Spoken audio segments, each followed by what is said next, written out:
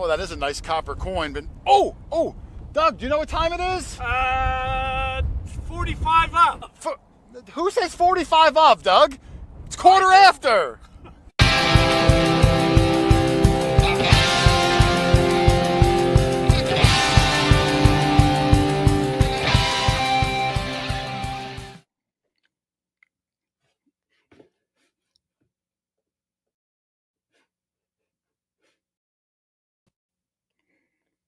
Can you guys see me? I'm so sorry. I don't know what happened there. I hit the wrong button. I'm like, where am I? Why is the show not starting?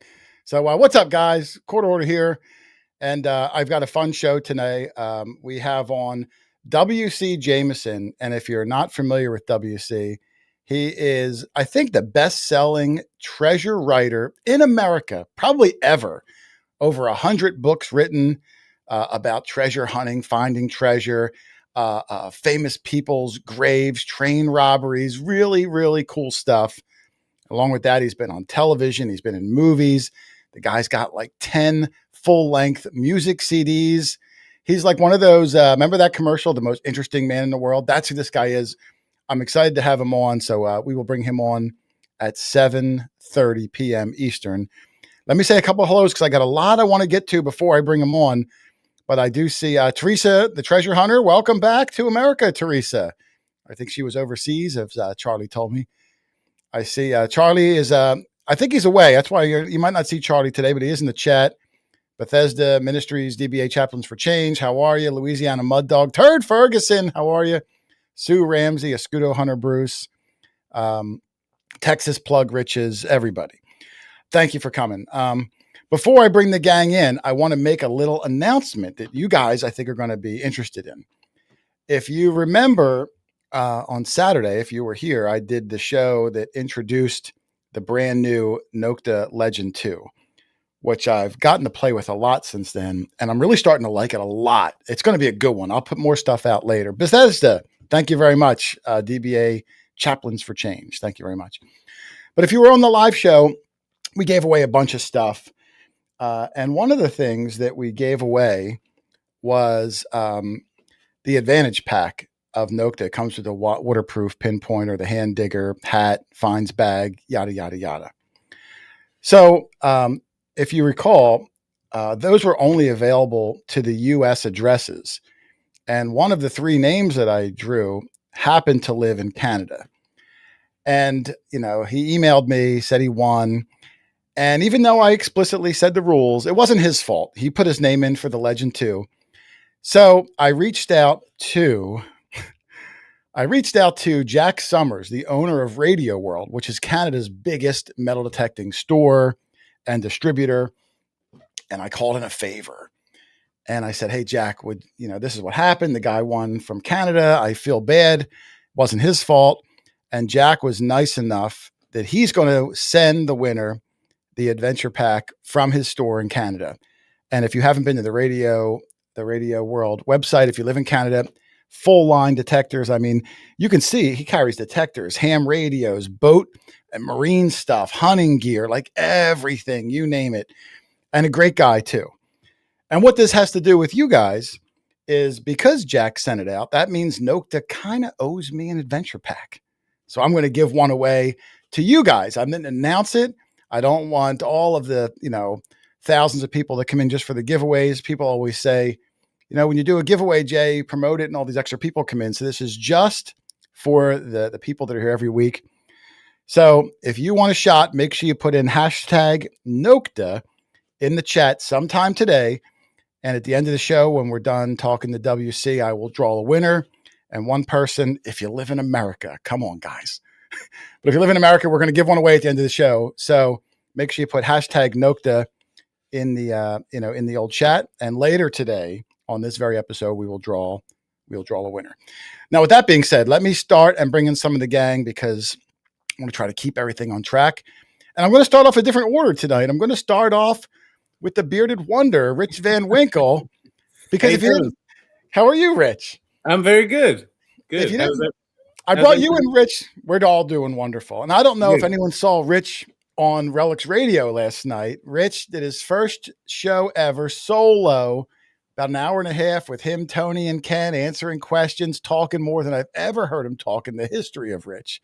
How was that experience for you, man? It was great.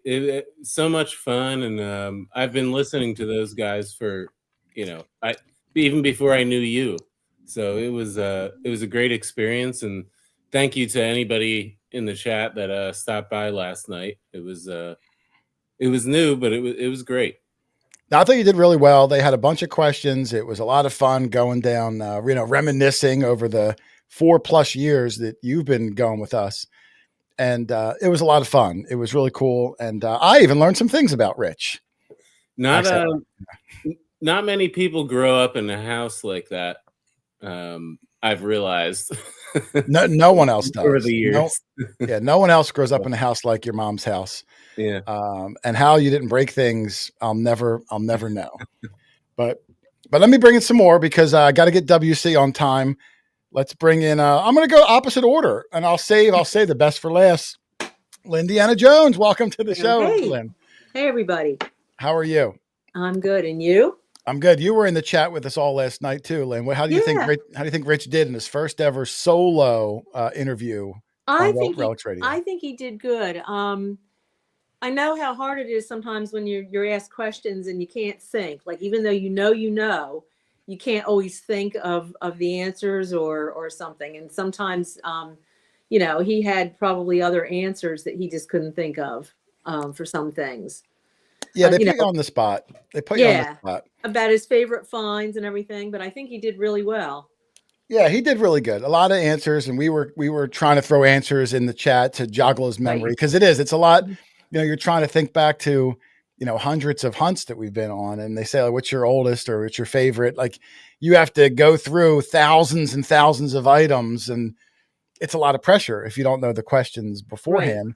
I just draw a blank when, that happens. So I know, but he did really good. He did really well.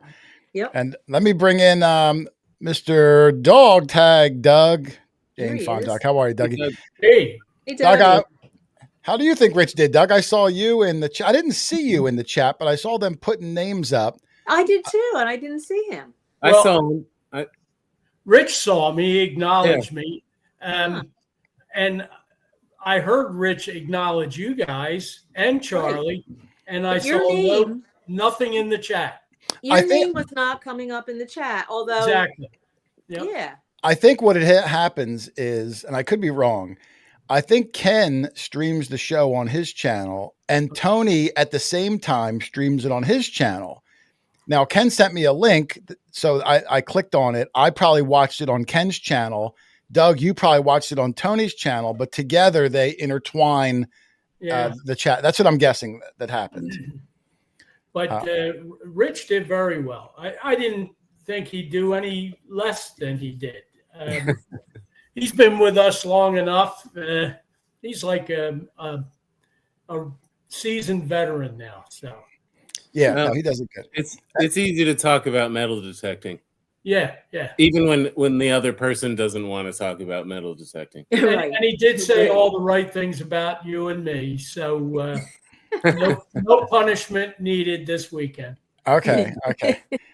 Doug, what do you think about the impromptu giveaway that we're going to do for the Adventure Pack Day? I didn't even tell Doug because I wanted it to be a secret. And of course, Doug, you, my friend, are not eligible. Of course. I never.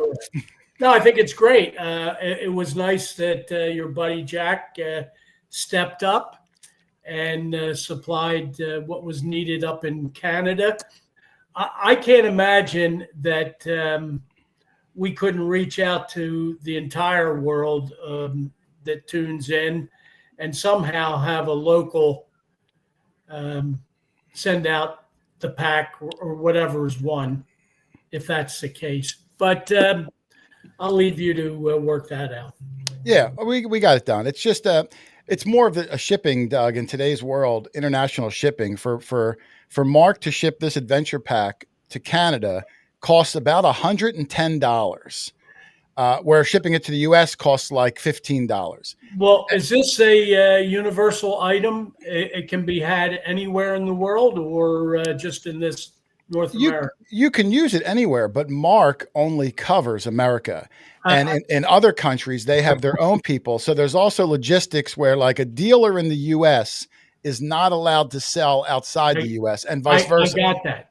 That's why I said, couldn't we get a local to do all that shipping for us and, get some credit for it or whatever. And that way hopefully our audience will grow to the entire world.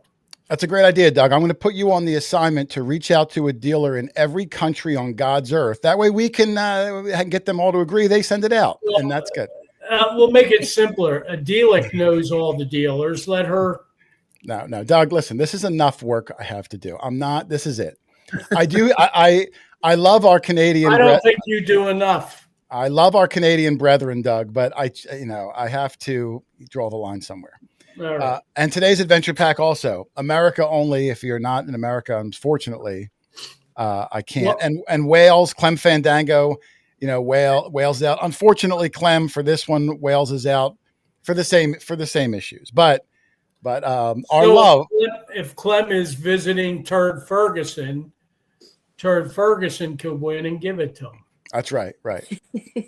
But Clem, our love is free. Oh, and look, Doug, there's Jack Summers. Yes. Like I said, I wanted to give a plug again to Radio World, who, Doug, I didn't know Jack. I knew of Jack. I don't think we've ever spoken, but I just, I wanted to do right by this person that won. So I called up Jack, and real stand-up guy. I knew he was, but, I kind of asked a favor of him. He was nice enough. He said, no problem. I'll send him out the adventure pack. So it really worked out well. And I like to think it'll make a nice friendship because, hey, Jack also hosts a yearly event up in Canada. And Doug, now I got my passport, Doug. Well, it's about time. I know. So I said, hey, Jack, we might be coming up for a visit. So that'll be fun. And Jack said, I must be retired. Jack doesn't know my wife. So I might be officially retired, but my day is as stressful as anybody. That's true. Actually, you're not even retired, Doug. My wife keeps finding jobs for me. Yeah. I'm now with two police stations. Jason Harris said, missed at the beginning. What's the contest? Not really a contest, but you can watch it later. But we're giving away another adventure pack for some mishap on Saturday's show. So if you come in late, make sure you put in hashtag Nokta in the chat, and we're going to give it away at the end of the show. So a little bonus there, courtesy of Jack and Nokta, because it opened up that extra one. And talking about Nokta, I do see Hot Mess Fishing, our moderator, in the chat now. Alicia, hi, Teresa. I say that because obviously Hot Mess is a Nokta nomad, so Nokta in the house. Oh, and Metal Detecting with the Rebel is here, and I saw Metal Detectors is here. Thank you, everybody, for coming in. But Doug, I want to intro. Oh, and Charlie was in the chat.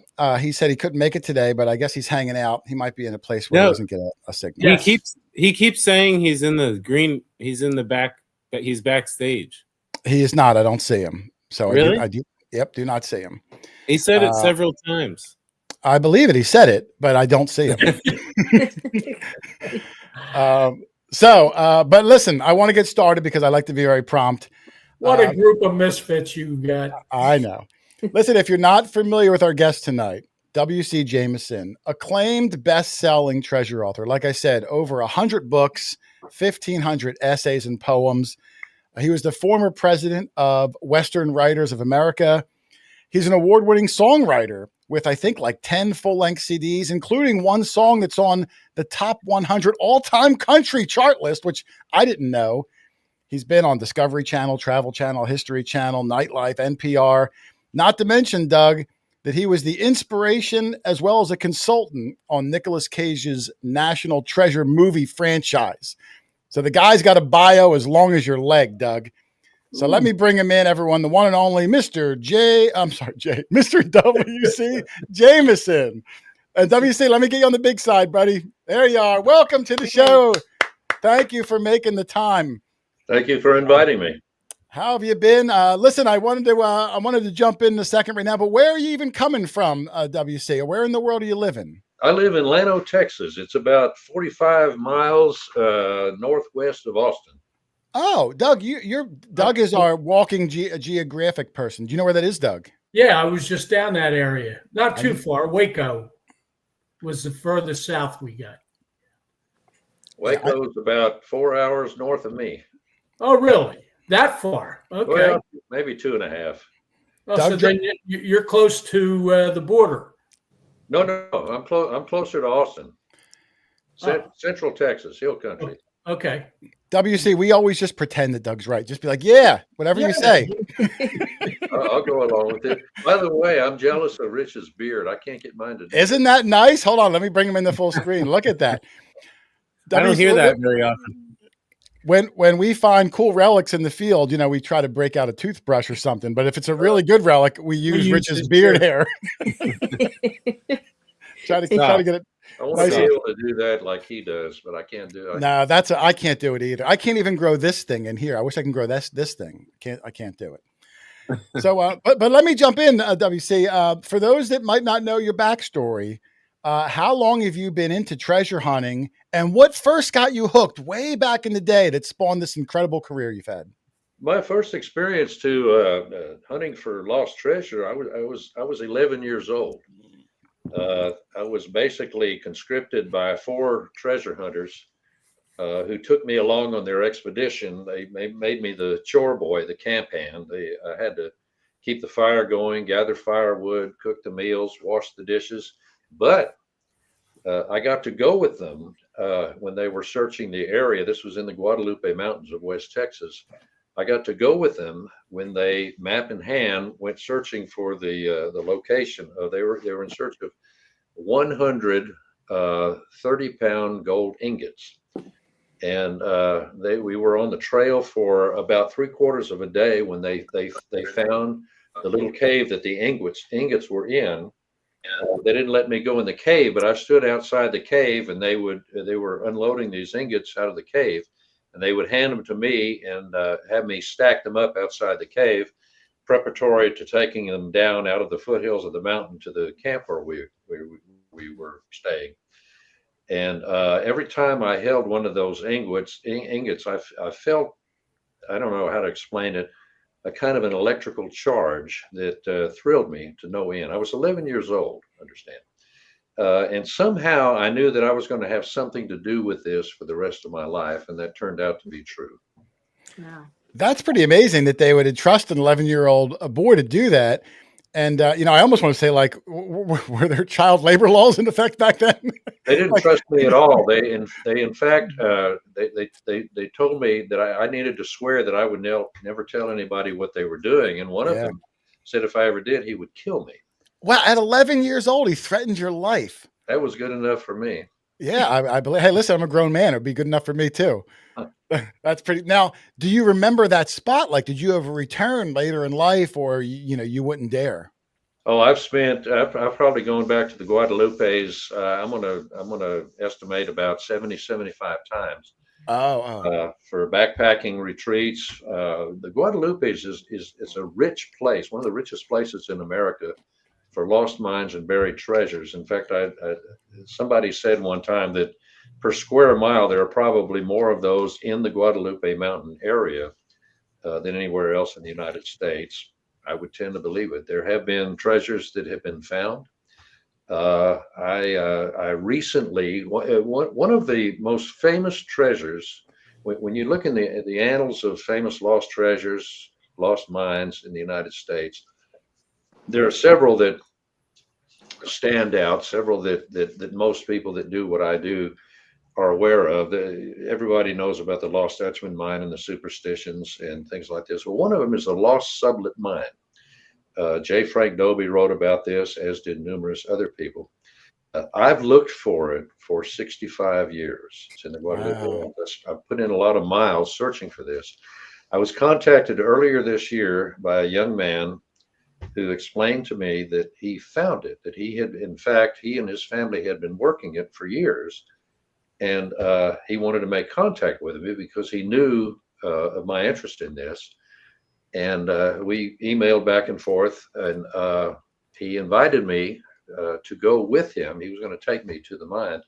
And I'm always suspicious of these things. People tell me this all the time, that they found a lost mine or they know where it is and want me to go get it. And so I was a little bit leery, but I'll be damned. He found it. He took me to the site, and I got to stand at the entrance of this iconic, this famous lost mine that I've been looking for 6.5 decades. I finally got to be there.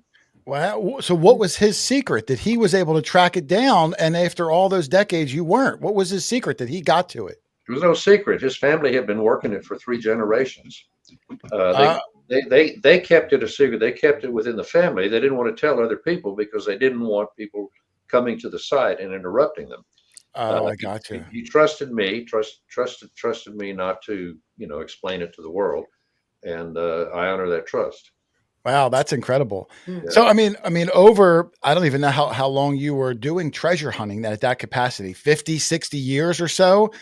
I mean, you must have had some incredible stories all over chasing these lost treasures and then documenting them into this amazing library of books that you've written. What was some of your most famous or most exciting, shall I say, treasure journeys that you went on, whether they were successful or not, the ones that you just really stick out in your mind over the years? We're all exciting. Another one of the famous iconic lost mines was the Lost Adams diggings. A lot of professional treasure hunters know about this. I found it. I've been harvesting gold from it for the last 10 years or so. I wrote a book about it. The book is called The Lost Canyon of Gold.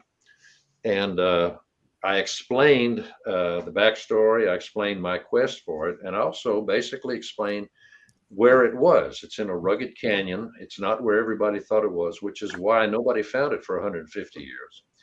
But we found it, and I basically told people where it was in the book. And anyone who has, the fortitude, the wherewithal, the cojones to go into the canyon and harvest some of that placer gold themselves, they're welcome to it. And since the book came out, I've gotten a lot of emails from people who have followed the directions in the book, gone in, panned a significant amount of gold, and they would actually send me photographs of the gold in their pan and thank me for directing them to this site. And I basically say congratulations. It's one of those things. Those of us who do this for a living, professional treasure hunters, we look at it as we're all in this together. And if I'm successful and can share some of the success with other people share their successes with me. And so there's a lot of information that gets transferred from one treasure hunter to another, and we act on these things, and some of them lead to successes.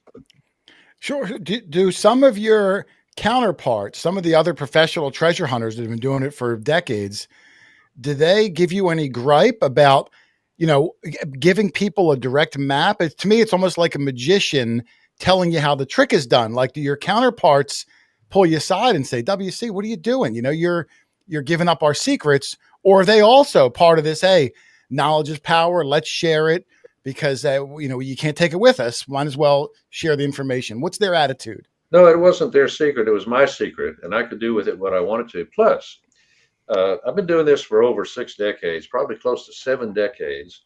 Wow. It was my discovery. I can do with it whatever I want, and I chose. I've had a lot of successes in my 7 decades or so of treasure hunting, and I chose to share this with other people.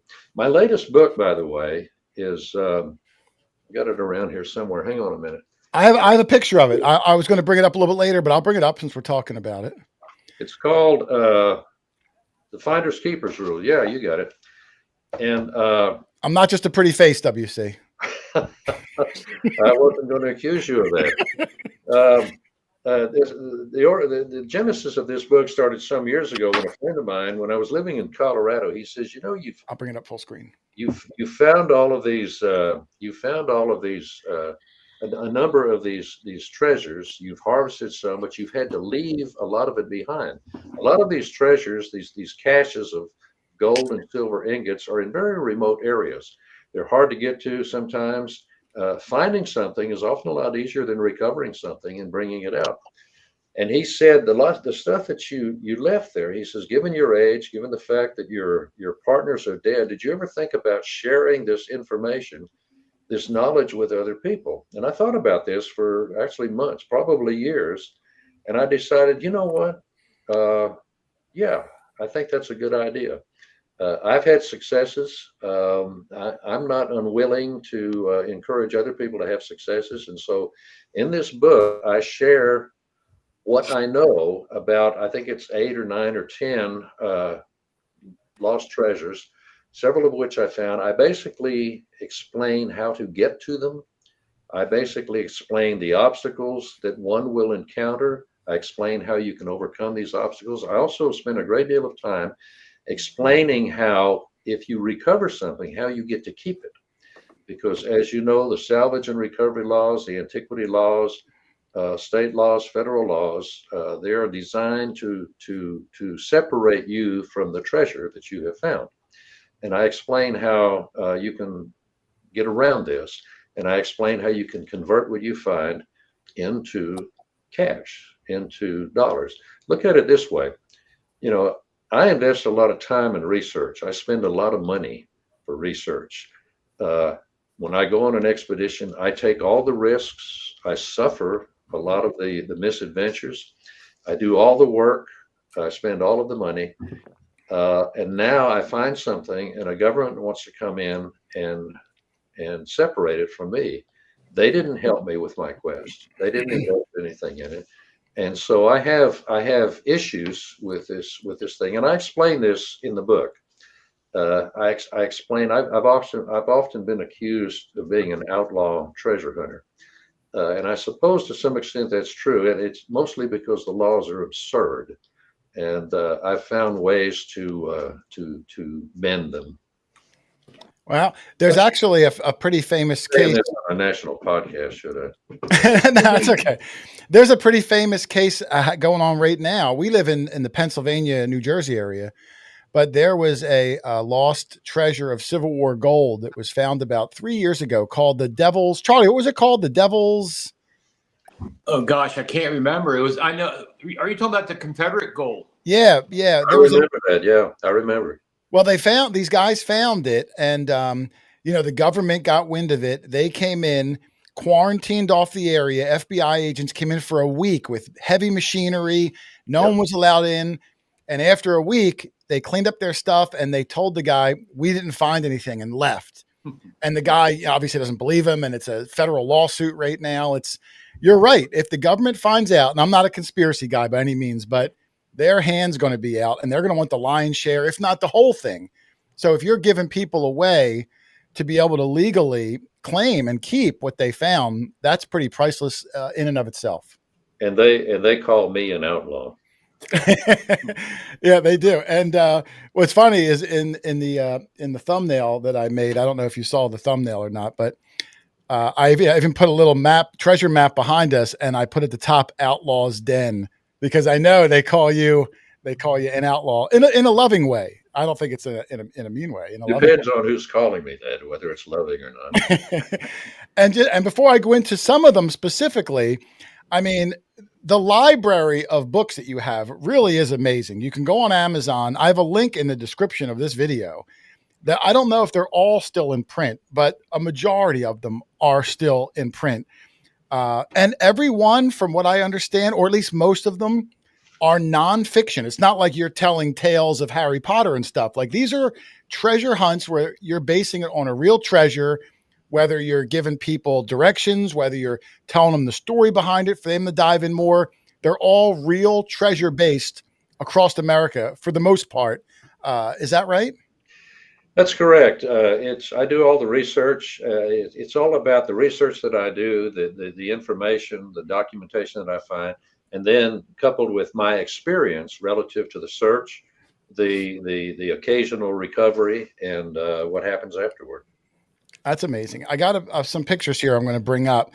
I searched for what your most popular book was, the one that sold the best over the years, and it was this one here called Treasure Hunter, a memoir of caches, curses, and confrontations. I have a feeling this book was based on you, because just the way you're talking, I'm assuming you've had plenty of confrontations, caches. Don't know about curses yet, but this wasn't your first book. But it seems like this one really took off for you. Is there a reason why you find, or you've noticed, it makes this one extra special? It is. It is in a way. It's a memoir. It's about. I didn't want to write that. My late wife encouraged me to write that book. I said, I don't want to write that book. I don't want people to know what I do. I spent a lifetime of flying under the radar because most of what I did was illegal. I was either trespassing, stealing. If you remove something from private property or government property, that's technically stealing.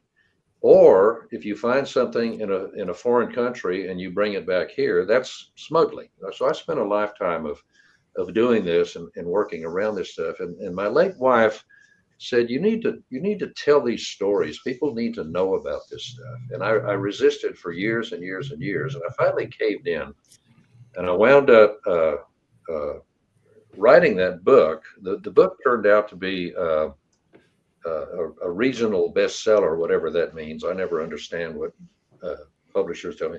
That picture is that picture is me 50 years ago. I thought so. I was able to see your face in there. I mean, we all age, but I saw you in there. So I thought that was really cool. Now, what year did you write this book, and when did it? I can't remember. I think I wrote the book. It came out about 10 or 15 years ago, I think. By the way, just a few weeks ago, I signed an agreement with an LA production company that is interested in doing a feature film based on that book. No kidding. That's great. Congratulations. I hope it comes to fruition for you. Yeah, that could be fun if it happens. Now, besides the success of this first book, let me bring up the other picture here because trying to get him. He's had a lot of incredibly successful one-off books, but he also had an incredible series that's called Buried Treasures in America. And I only put a couple of them up here. I think there's over 48 books in this series, where this one's just on the Atlantic coast. He's got one for California. He's got one mid-Atlantic states. He's got one, I know there's a lot of people in the chat from New England. So 48 books where I guess you take specific areas, zones, regions in America and make them specific for those treasure hunters. 48 of them. And I can see why that's so appealing because you might write of these lost treasures in, Colorado or California, and me out in New Jersey, I can only fantasize about it. But now you bring that to get these old stories that might be a little closer to home and give people a chance. How do you like writing this story? Do you get a lot of requests? Do one for my area. How did this whole thing begin and snowball for you? I first started writing, years ago, there were about a half a dozen treasure metal detecting related magazines. I'm not sure any of them are still. I think there's two still. And I wrote for a bunch of them over the years. And a publisher contacted me one time. He said, do you have enough of those articles about lost mines and buried treasures for a book? And at the time, I didn't have enough, but I lied. I said, yes, I do. Because I saw an opportunity. And so we arranged the contract such that I would be able to do some work with my research and develop enough to fill out a book. That first book was called Buried Treasures of the American Southwest. And it took off, and it impressed the publisher enough. They said, we need to do more of these. And I said, okay. And so then I signed a contract for 3 more. One of which was Buried Treasures of Texas, which is still one of my best-selling books to this date. Anyway, before it was all over with, well, it's not over with because I'm still doing it. But over the years, other publishers would contact me and they would say, wow, could you do something for us? And so I went to that first publisher and I said, I'm getting these offers from other publishers to do some books. Am I confined to you guys? Is it a contractual thing? And they said, I really like these people. They said, no, let's just have fun with this. Do whatever you want. And so I wound up, this series is spread across something like 5 or 6 publishers. over the years, all of whom seem delighted to be involved with it. I, of course, am delighted because they said, "Oh, here's another thing that I get a certain amount of joy of." I've had a number of readers over the years contact me as a result of reading the book and talk about their own adventures, their own quest to find some of the stuff that I write about. And this is gratifying for me. I like people that have this adventurous spirit that want to go in search of these things. But on at least 4 occasions, readers who have gained some information from one or more of my books have actually done more and better work and research than I ever did, gone out in search of these things and had success. They found what they were looking for. So that's a joy to me, and of course it's a joy to them too. But I'm gratified by that. I think, it's, again, like I said earlier, I look at it as we're all in this together, and if somebody can benefit from those publications and maybe have some successes, I think that's great. I love it. I'm seeing people in the chat that are actively buying some right now of your Buried Treasure series, I guess, based on where they live, because now they can get out and find something local for them. When you're writing about these treasure hunting, when you're visually thinking about it, to put it in words, does that change how you actually go look for treasure, knowing that you're going to write about it later? So does your train of thought change rather than just going and doing, but you're doing it knowing you're going to write about it? So does your mentality have to go in a different path now? It depends. Some of these tales, I'm attracted to them because they're kind of an adventure. They're exciting to me. So I do as much research as I possibly can, and I put these together. Every once in a while, I encounter one that excites me, that thrills me to the point that I want to go in search of it. Others of these tales are a result of my own personal research relative to going and searching for these. And so when I come back from an expedition, successful or unsuccessful, I wind up with enough knowledge, with enough information, with enough experience to put together an article, excuse me, or a book. A lot of these books come about as a result of experiences. Some come about from research, most of them from a combination of all of that. I try to keep them, these stories in these books as accurate as I possibly can. I do an incredible amount of research.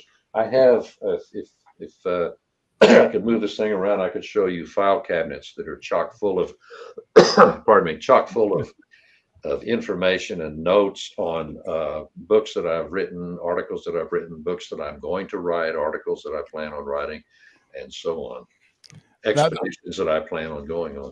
I believe it. I mean, my next question, I'm just going to pop up a little note here that someone said, WC has a great radio/podcaster voice. Does he have any audiobooks or YouTube channel? I don't know if he has that, but I will say we're going to get into it later in the show. He's released 10 music CDs, and I've listened to them. You have this incredible, deep, good flowing Johnny Cash-esque voice, plays his own guitar. It's really, really good. And this is from someone who isn't necessarily a fan of country music, but I was like, wow, this is really good. You can really get into it. We're going to get into that later in the show with some of your CDs. So I don't want to jump ahead right now. Thank you for that. That's kind. Now, besides his Buried Treasures in America series, which are great, he also does a series called Beyond the Grave. And I'm assuming, now I didn't read any of these, so forgive me, WC. I'm assuming these are more biographical about like famous people of the West. I know this Billy the Kid was your most popular one, according to the internet.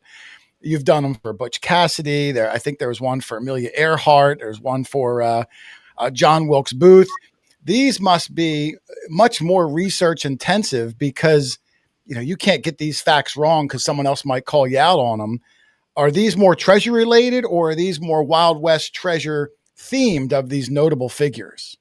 These are biographical, historical projects.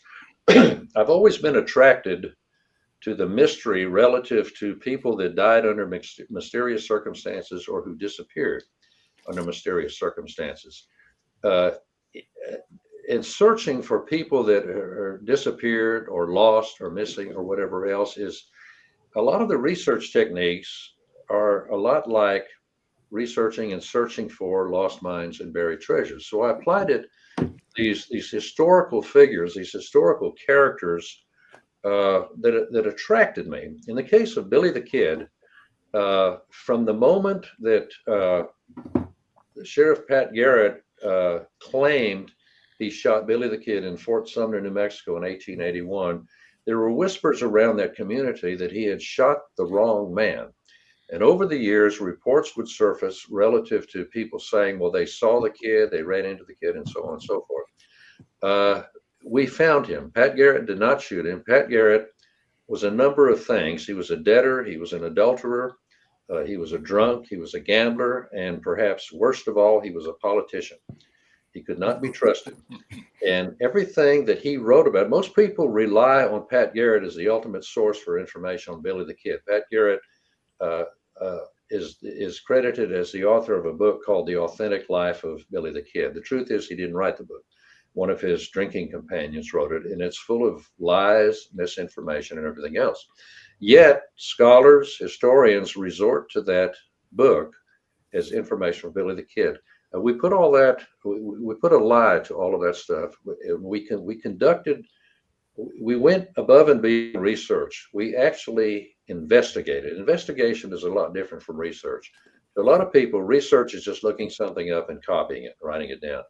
With investigation, you take a concept, you deconstruct it, you check out, you search for the provenance of each element of it, and then you reconstruct it. And a lot of times when you reconstruct it, you have something completely and totally different than what you started out with. I had the good fortune of having a co-investigator on a lot of these projects.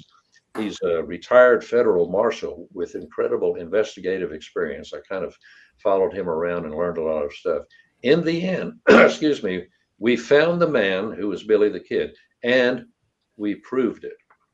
Wow. Kid historians, I know you don't like what I'm saying, but you know where I live. Take me on. I can get TV. I can get newspapers. I can get magazines. I know you get an hour to present your case and tell me where I'm wrong, but understand this: I get an hour, and I'm going to take your knees out from under you.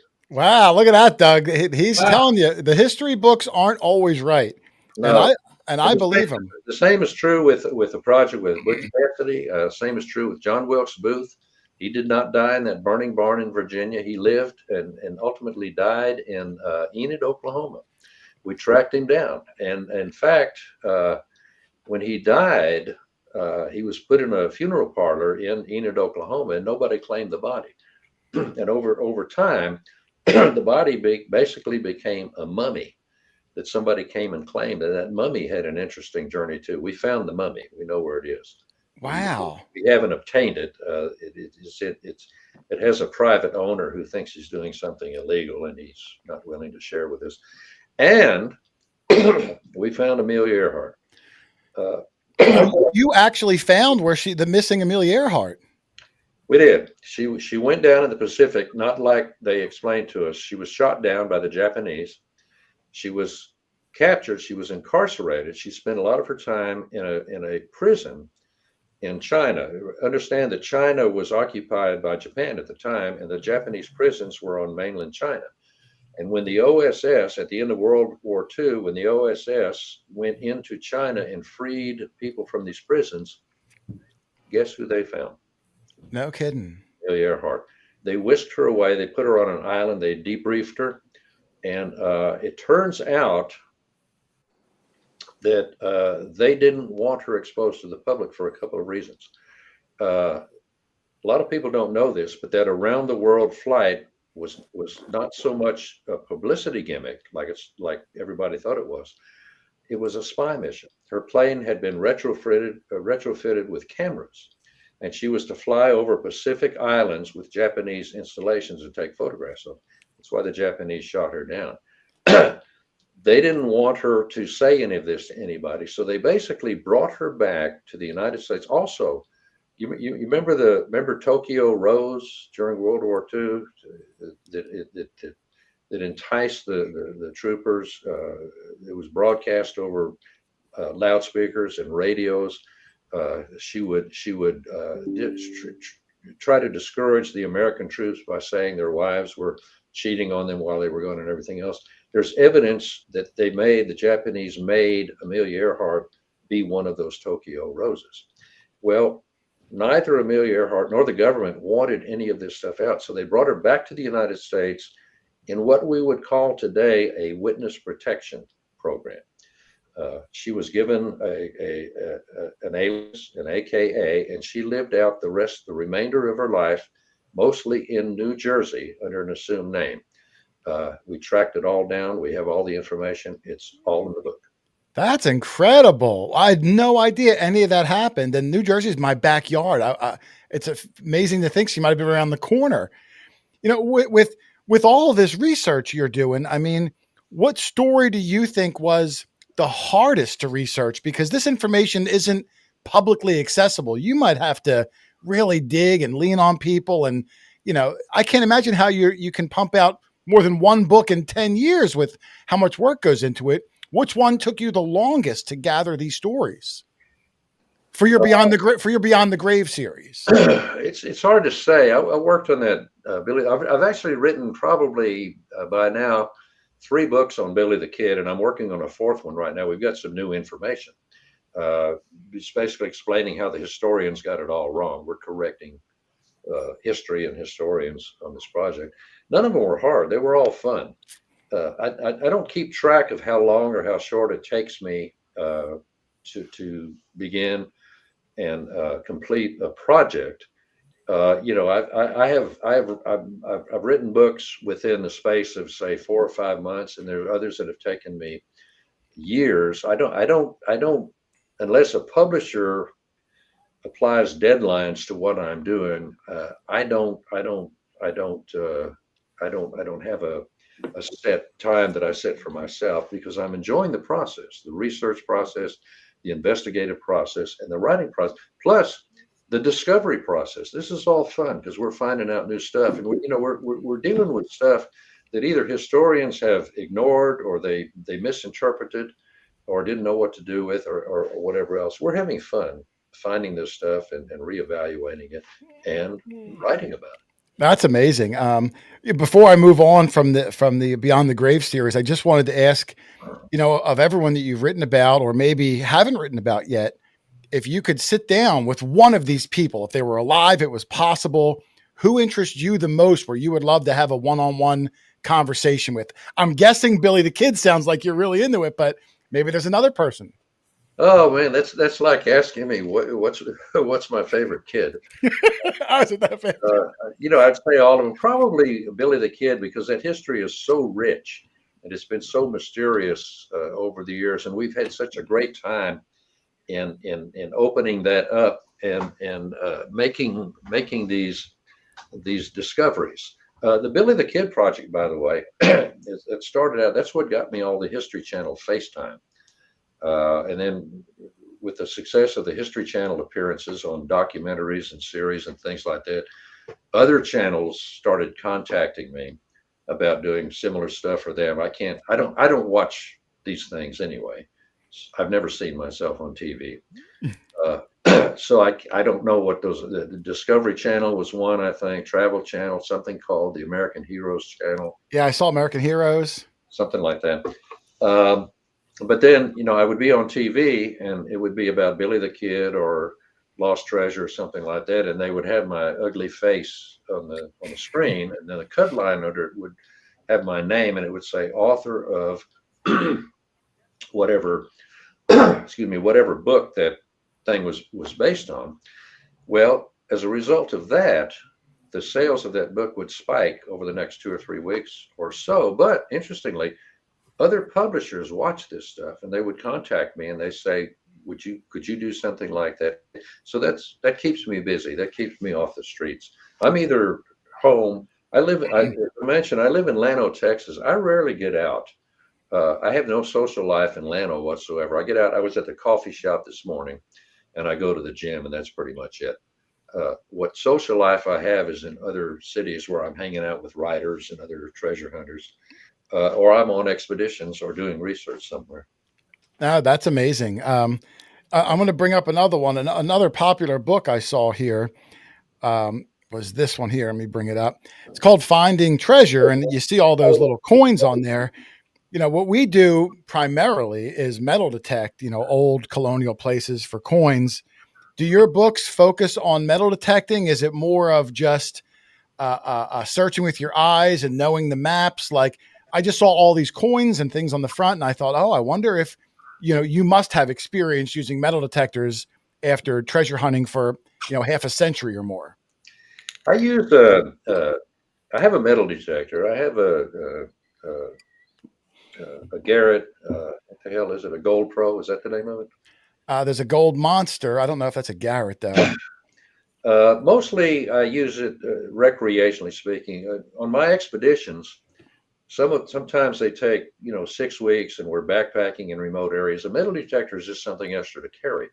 Plus, a lot of what we're looking for is hidden away in mine shafts or caves or buried deep, and a metal detector is of limited use. So my metal detector experiences basically are local and they're recreational. And I get to, every once in a while, get to go out with some friends and we harvest artifacts or coins or whatever else. And the book Finding Treasure, yeah, it deals with a lot relative to metal detecting. It has information in there on places to hunt that might surprise you, what to do with what you find, how to if you find coins, what do you do with that coin to optimize its value before you convert it to cash, assuming you do. I talk about how to, if you find artifacts, whether metal or wood or whatever else, how to treat these things to where you can preserve them properly and what to do with them. I talk about the laws relative to metal detecting, relative to treasure hunting. I've got information that I gleaned from attorneys with regard to all of this stuff. And one of my publishers contacted me and they said, would you consider writing a field guide to this sort of thing? And I thought about it. I wasn't sure I was the right guy to do this because I have so many friends that are so good at this. And then I thought, this could be fun because I've got a lot of information related to this. So I did it. It was fun doing it, and a lot of people have benefited from it. So that's gratifying. No, that's pretty amazing. There's a bunch of them here. While I'm bringing up the next picture, I wanted to see. Hold on, I have a bunch of questions I'm going to go back and forth to. In your opinion, out of all of these lost treasures that you've covered or haven't covered yet, which story do you find is the most underrated that might deserve more attention, that kind of gets overlooked, that you think could really be filled of amazing adventures that just no one talks about? Underrated, I might also apply the term unknown. A lot of my expeditions were in Mexico, and I liked Mexico for a couple of reasons. One of my treasure hunting partners had a grant to go into the archives and monasteries and libraries in Mexico City and study the old Spanish documents from 300 plus years ago relative to colonization and Spanish governance of the area. The Spanish organized expeditions that consisted of mining engineers, geologists, laborers, even priests that traveled to what is now the United States, and they opened up and mined for gold and silver, actually copper, lead, and some other things in Arizona, New Mexico, Texas, Colorado. And what they would do when let's say they're mining gold or silver, they get this ore, they process it into ingots. And when they accumulated enough ingots, let's say 20 mule loads or burro loads of gold or silver ingots, they would then transport it back to governmental headquarters, which is also church headquarters, by the way, in Mexico City.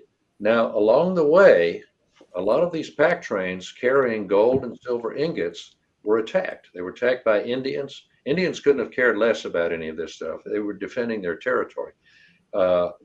Sometimes they were attacked by bandits. Well, during the attack, and we learned this by reading these accounts that were reported, during the attack, the leader of the expedition transporting the gold and the silver, they would order the bullion buried or hidden. They often threw it into crevices or threw it into holes or whatever else, covered it up. And the survivors of the attack would return to Mexico City and report this. They would talk about they were attacked. And they would give directions and name as many landmarks as they possibly could. All this information was taken down by a scribe, and it was rolled up into a scroll and stored. Now, if the Spanish government wanted to, they could organize an expedition of soldiers to go back and retrieve the gold or the silver. But the Spanish government was busy putting out fires with local Indian problems and so on in Mexico. And sometimes they were unable to organize an expedition to go in search of that stuff. My treasure hunting partner, who had a grant to go study this stuff, found a lot of these accounts, a number of these accounts. I'm going to say maybe 6 or 8 of these accounts, the old scrolls. And he read about these accounts of the treasure caravans, the hiding of this stuff. And we determined, after looking at this stuff, hell, that stuff is still there. So we decided, what he did was he copied these things, brought them back. We translated from Spanish into English, and then we went in search of it into Mexico. Some of our biggest adventures and some of our greatest successes were in searching for, finding, and recovering lost gold and lost silver in the Sierra Madres in Mexico.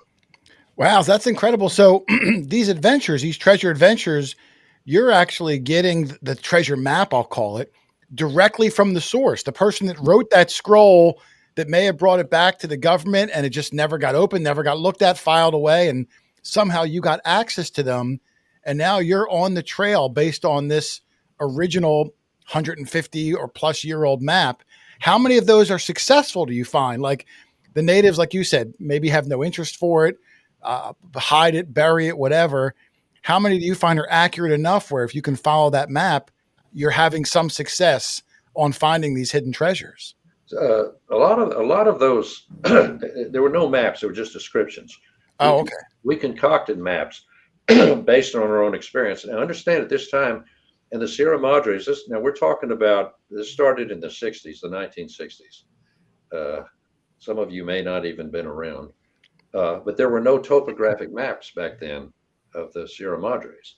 And so we would using the information that we got from these scrolls, we would go into the mountains, try to identify these landmarks, try to find these trails that they followed. A lot of these descriptions were incredibly vague, and some we figured out, over time. Others were actually fairly precise, and we had a fairly easy time of doing it. We had successes. Let's see, 1, 2, 3 or 4 times in the Sierra Madres where we found what we were looking for. Now, understand, we're backpacking into this area, into the rugged Sierra Madres. Sometimes we're on the trail for 3 or 4 weeks. We find what we're looking for, but now we're in the process of harvesting ingots that may weigh 25 or 30 or 40 pounds. So in order to recover them, we have to put them in our backpacks and carry them out. Now, let's say we're dealing with 30-pound ingots. That's 60 pounds. We actually went in there with a 60-pound backpack with water, food, and everything else. So we had to take stuff out of our backpacks. Wow. Replace it with the gold or the silver, and then make our way out. There were times when we would have traded those ingots we were carrying for a couple of bottles of water. A 25-pound ingot for a bottle of water. Yeah, that's inflation. Unless you've been near death from thirst, you want to understand that. So we would come out. The 4 of us, we would come out with a total of 8 ingots. We would convert it and understand we're in Mexico. We're bringing it back to the United States. How do we get it back? If we go through customs and it's spotted on the Mexican side, they're not too crazy about people, from America taking their artifacts. I can't imagine. Nor, no more than we are. But let's say somehow we get it by them, and if it's found on the American side, it's seized. Okay. Oh, yeah. Contraband. It's called contraband. We don't want to mess with this stuff. So we travel to a point like a couple of miles, usually in the case, Columbus, New Mexico was a port of entry that we used quite a bit. We would travel to a location. This was back when the border fence was a 3-strand barbed wire fence. Okay, we would travel to a point about 2 miles west of the legal crossing, we would toss the ingots across the fence, usually into some brush so that a passerby would have a hard time seeing it. We would go through, declare what we had, which was nothing, just camping equipment. And then we would drive by where we dumped the stuff, and we would harvest it, and we would take it back and eventually get it converted. That's called smuggling. Yeah. And it's all illegal, but boy, is it fun. Now, a lot of people say, well, you can't do that now with the new border fence. Have you seen the border fence? Have you been down there? Not in person, no. It's iron uprights. They're about 16 to 18 feet tall or so. But there's space in between them, enough space you can pass a 30-pound gold ingot. Oh. I speak from experience. That's incredible. I mean, Doug, when I said the guy sounds like that most interesting man in the world kind of guy, like the stories that he has are just fascinating. And the fact that he documents them all, he's a great storyteller. I could listen to you for hours doing this. Let me give you an addendum to that. Because we could only remove, let's say, 8 ingots out of a cache of in one cache. This one case was it was 440 ingots there. We only removed 8. But over the years, what we would do, we considered this a bank. We considered this our bank. We would return to this location, and we would get 8 more. We would come back. We would get the cash. We would pay ourselves for our expenses and make plans for the next trip. But we utilized, and this was one of 3 banks that we had. We utilized these banks over the years, where we would, in between other expeditions, we would return to some of these locations, harvest some stuff, bring it back, convert it into cash. We had a broker that did this for us for a fee. It's like having an agent for your books. Yeah. But the law, one of the last times we brought some stuff back, we couldn't find our broker. And it turns out he was in prison. And it turns out that what we called a broker, the law they called him a fence. Yeah. Yeah. And he got convicted actually for nothing related to what we were doing, but we had to Find somebody find else. somebody else to do this. And interestingly, the person we found to do this was in Mexico. And so we in some cases, we're in the process, after we brought stuff back and we found the stuff back, we were in the process of resmuggling it back into Mexico to take it to You're handing it back through the wall slots. in Flower City. So it was all an adventure. It was all, it kept the blood flowing. And did you write a book about this spot in the Sierra, or did you, it's your bank. You don't want to write the book too early. I think some of those tales are in that treasure hunter book, the one you had on the screen. Oh, are they really?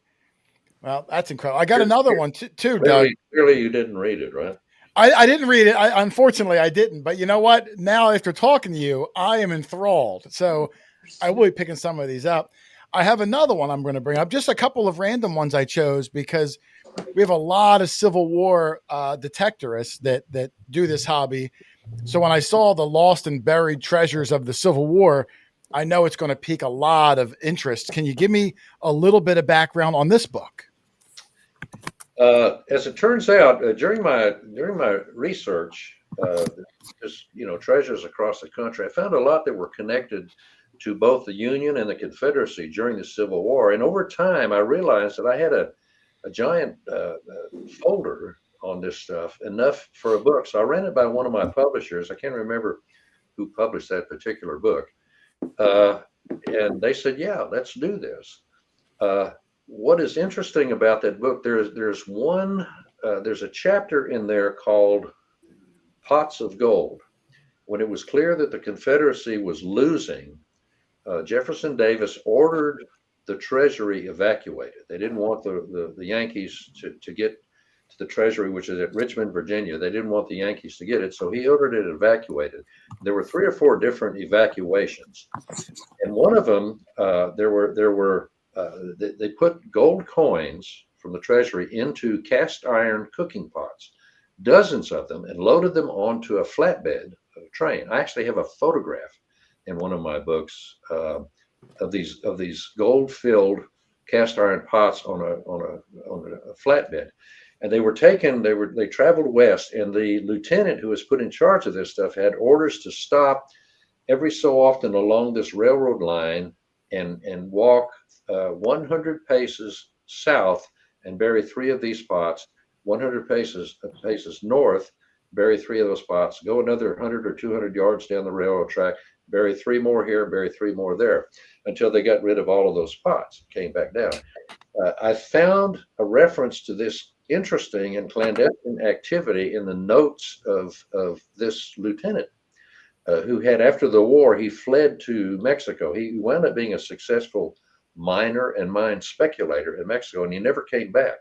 But his information had been returned to the United States to somebody. I can't remember exactly how I got it. Anyway, I wrote about this, and at least 2 people using the information in the book found 1, 2, 3, 4, 5 of those caches of 3 cast iron pots that were filled with gold coins. One of the finders, he contacted me and asked me if I had any extra notes, and I shared with him what I had. He said he had built some kind of, he said, a revolutionary metal detector. He was going to go in search of this stuff. And we talked a little bit over the phone. I cautioned him. I said, most of this is on private property, so be respectful of that. But also be careful of the time of year, because you're dealing with rattlesnakes, copperheads, water moccasins, mosquitoes, chiggers, et cetera, et cetera, et cetera, et cetera. Anyway, he located a cache of 3 of these cast iron pots and sent me a photograph of them. Said, Wow. don't tell anybody. But even more importantly, he sent me a finder's fee. Really? I appreciated. Yeah, a significant finder's fee. I didn't do anything except share what I had in the book, and then. Hey, but that's the magic sauce, though. By sharing that in the book, not everyone goes through that. Hold on, I'll bring up another one now. I want to move on to some of the other things that WC has done, but I do want to put in, just another book that. This one I thought was really interesting. Is there a series of cold cases? This particular one called The Tombstone Mysteries. I don't even know what it's about, but when I saw that cold case thing, all these thoughts are going through my head, because it seems like once you get a formula for a new winning recipe, then you dive into a whole series of it, and they all just seem incredibly successful. Yeah. And also fun. I have 4 series going, all of them by accident. The Buried Treasure series, the Beyond the Grave series, the Investigating History Mystery series, and the Train Robbery series. They all started because the initial book in those series did so well, the publishers wanted more, and so I wound up being involved in these series. The Tombstone Mysteries book was fun to do. There are a handful of lost mines and buried treasure stories in there that were fun, but there are also stories in there of outlaws, mysteries related to outlaws,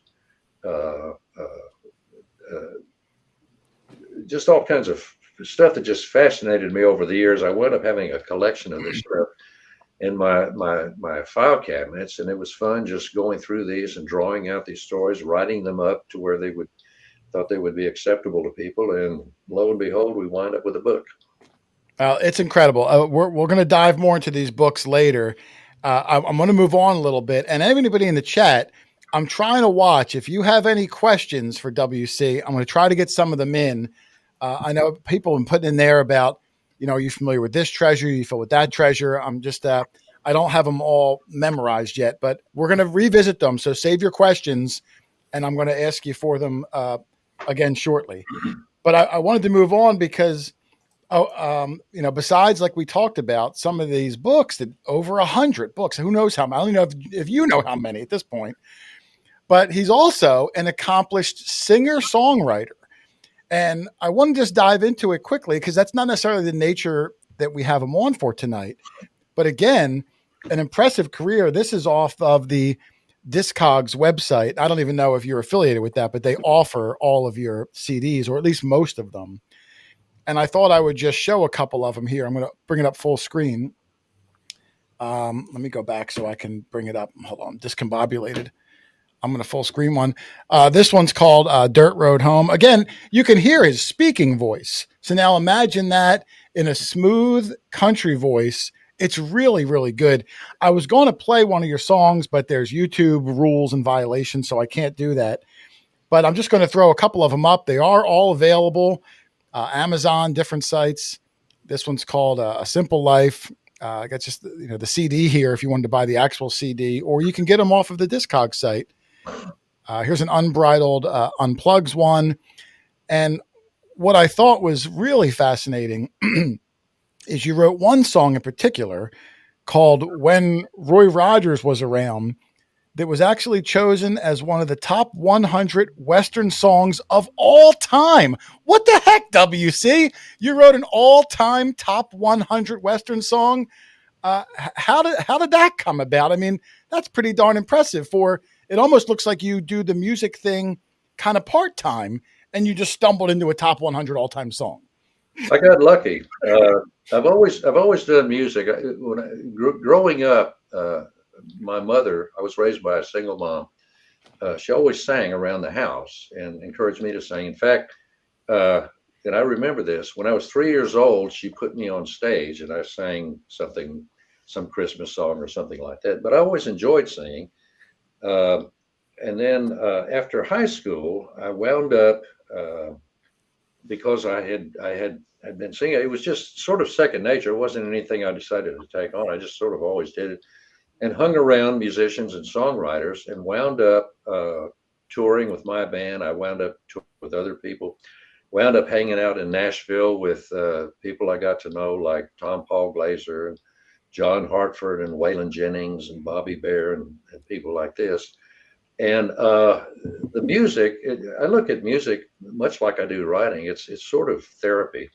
It all keeps me from going crazy if I didn't have this stuff to do. And then sometimes when I'm driven crazy by writing projects, I return to the music to get me away from that. And then when the touring and the music starts driving me crazy, the noise and et cetera, then I return to the writing. So it's an interesting balance. Life is just all about achieving that balance with all the stuff that you like to do and making it work for you. It's all about quality of life. I backed off of a lot of, I used to perform like 3 or 4 times a week. I backed off. I'm not doing roadhouses and beer joints and things like that anymore, which I liked. And I miss a lot of it because I would invite fellow songwriters on, prominent songwriters that I enjoyed being on stage with. They were all better than me, and I liked having them on there because I would work harder so that I didn't look any more of an idiot than I normally do. Now I'm still performing, but I'm doing tours. I'm doing tours. Like the last tour was, I think it was 17 venues over a period of, I think, 26 or 27 days or something like that. It's all theaters and concert halls. Wow. Do you find, with so much experience with both, do you find that songwriting and storytelling kind of uses the same creative process in your mind, or do you have a separate way where you attack both of those different things? Yeah, it's all, I was blessed with some sort of creative energy relative to all of this stuff. I've been fortunate to be able to get to know and hang around brilliant poets. My late wife was a noted poet, one of the most popular poets west of the Mississippi for a long time. Songwriters, writers, editors, publishers, screenwriters, and I enjoyed being around them and just absorbing some of their energy. It was all contagious. I would find myself trying to do what they do, enjoy it like they did it. And they would say the same about me. They say, we would get together sometimes and we would co-write songs or be on stage together or playing tours together. It was a camaraderie that is special. Other songwriters can explain this to you, and other poets and other writers can explain this probably better than I'm explaining it right now. But it's a joy to be, and this. You're around this array of cool kindred spirits with your show. It's the same with writers and songwriters and poets. You're around kindred spirits that fortify what you do. They energize you, and in the end, you wind up maybe getting a product out of it: a song, a poem, a book, an article. Yeah, I guess you use them as a muse and inspiration, and that you feed off each other. I can Sure. totally see that. I have a question here from Michael. How I see it, and thank you, Michael, for the super chat. He said, "A question for WC: Have you ever been followed or threatened, maybe by the law or even other people, while you're looking for these treasures? And are you able to talk about said threats?" Uh, I don't know that I've ever been threatened. I've been tracked by I don't know if you call it the law. I guess you could. I was actually wanted by the National Park Service. National Park Service. And so I was trailed one time when I went into the Guadalupe Mountains. I was trailed by a Park Service employee that they assigned to follow me. They had I was wanted for destruction of government property. Mm. That was the charge. And so they noticed that every time that I was in the Guadalupe Mountains, that their trail signs, and we're talking about a supreme wilderness area. There were trail signs up there that looked like street signs. It was totally incongruous, and they didn't belong there. But they noticed that every time that I was in the mountains, after I would leave, they noticed that those signs were gone. And after about 3 occasions where, following one of my expeditions up there, the signs wound up gone, they put somebody on my trail. They weren't particularly good at this because I noticed this right off the bat. And once I got up after the climb up into the range, I just basically took off. I didn't follow trails anyway. But they're required, they require you to to follow the trails. So it just makes it even more fun when you leave the trail. Anyway, as it turns out, the guy that was following me got lost. Oh, he got lost. And so the next day I was up there and I came across, there's elk up in that mountain range. I came across this elk rack that had been shed, just giant elk rack. And I wanted to harvest that. I wanted to bring it back. A friend of mine made knives.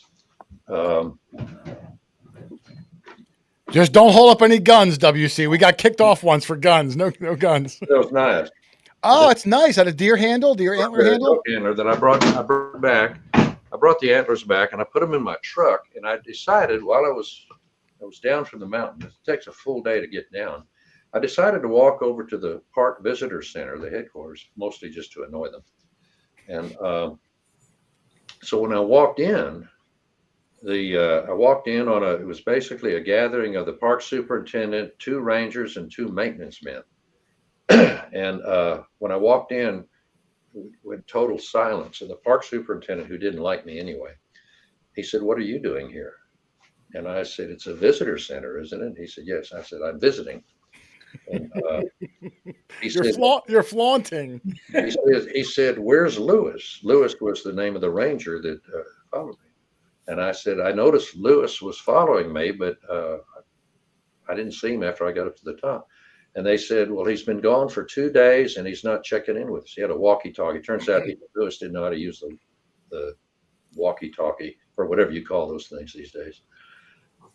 And so what the meeting was about, he had organized people to get together a search party to go look for Lewis. And he was talking to the 2 rangers. So I just stood around there and listened to this because it was amusing.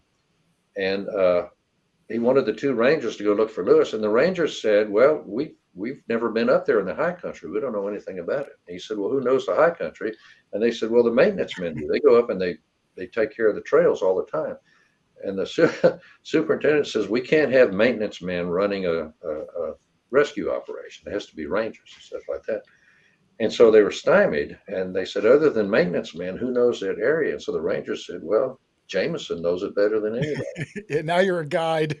And so the superintendent basically bit the bullet. He said, "Would you consider leading a search party to go find Lewis?" And I said, "Of course." And he said, "Will you take these guys with you?" He pointed to the rangers, and I said, "No. I'm going to take the maintenance men because they're going to be more useful than the rangers who've never been up there." So we made the trip back up to the top of the range there, and we we didn't exactly find Lewis. After we got to the top, we were taking a break and drinking out of our canteens, and Lewis came walking up the trail and just ran into us. And he looked at me and he says, "Where have you been? I've been looking for you." And I said, "Coincidentally, we're looking for you." Anyway, he's poor Lewis. He was nicknamed Lost Lewis for the rest of his life. Yeah, that's tough. They sentenced him to some other park somewhere. That's crazy. No, I got to ask. I mean, at this point in your life, are you like wanted? Like if you go into Mexico or something, like, are you on some list somewhere? No, I actually had a meeting with one of my agents and an attorney relative to a book I'm writing. It's a memoir. The working title of the book is called Adventures of an Outlaw Treasure Hunter. And I sent it to my agent. And she said, this is all about breaking the law and stuff. You're going to be in trouble. And so she arranged a meeting with an attorney. And so we met with the attorney, and she says, "I have good news for you." And I said, "What is that?" And she said, "All of these things that you've written about that, I have documentation for and other things like that." She said, "In the first place, any statute of limitations that may apply to any of this stuff have long since expired." Oh, okay. And she says, "And more importantly, number two, you've never been caught. So you've never been charged. So I have no record." Oh, I got you. I And, guess. and the destruction of government property, I was innocent. I didn't destroy it at all. As it turned out, that government property was just simply relocated. They just couldn't find it. Oh, gotcha. Well, that's incredible. Let me go on to the other thing, Doug, because another exciting part of WC's life, like that wasn't enough. He's acted in small parts. I'm not saying he's like, a major, movie star, but he's been in 4 or 5 movies. Like I said, Unsolved Mysteries, Discovery Channel, Travel Channel, so many of them. But what I thought was super cool was he was the consultant and, dare I say, inspiration for the Nicolas Cage National Treasure movie franchise. And from what I read, and tell me if I'm wrong, I had read that when they were making the movie, Disney flew you in to sit with the creators of the film as a consultant. Is that correct? And if so, what was that experience like? Well, I wasn't the inspiration. The inspiration was some screenwriter who came up with the story. I was contacted by it was the Disney Studios, but it was produced by the Jerry Bruckheimer Studios that have done a number of really cool films, and they said, we want you to be involved in this. We want you to read this script and give us your analysis of it. And my first question was, how did you find me? Because my objective in those days was to completely stay unknown, to fly under the radar. And she said, "Well,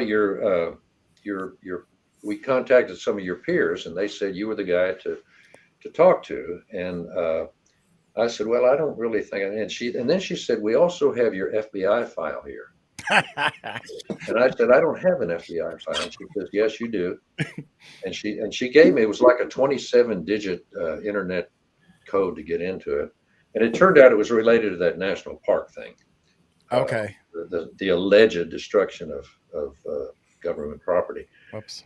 Anyway, I refused to do it. I said, I'm actually going on tour here in 3 days. I don't have time. But mostly I just didn't want to do it because I didn't want anybody to know I was doing this stuff.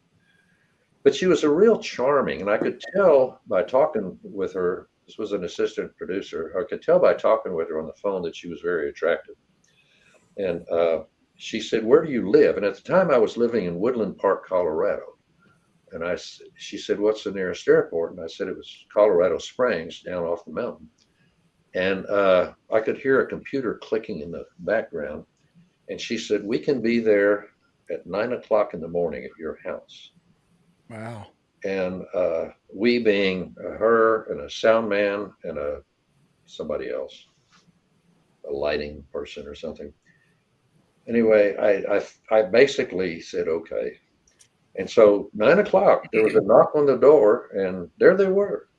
And we did a sat around. They were taping me, asking me questions in the studio. She said, "Can you can we go out somewhere, like do a little reenactment thing?" And I don't like these things. I just don't like them at all. But she was very persuasive, and she was very attractive, by the way. And I said, "Well, I have friends who have a ranch about 15 miles up the road. They've got horses, and there's woods nearby and everything else." And so I called them up, and they said, "Yeah, they'll saddle a horse," and they actually had a mule. And they said we could do that. So we all went over to the ranch, and I got on the horse. The mule, they had actually supplied the mule with a pack thing that had mining equipment on it. I don't know where they got this stuff.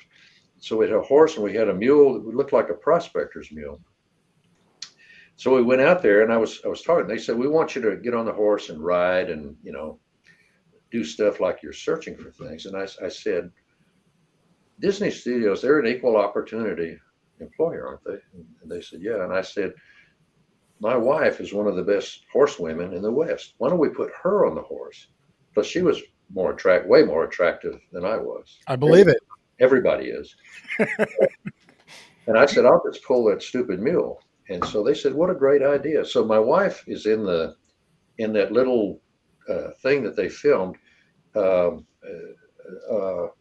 This was after I had did my thing with the script, and they wanted to film all this to put on the CD when it came out.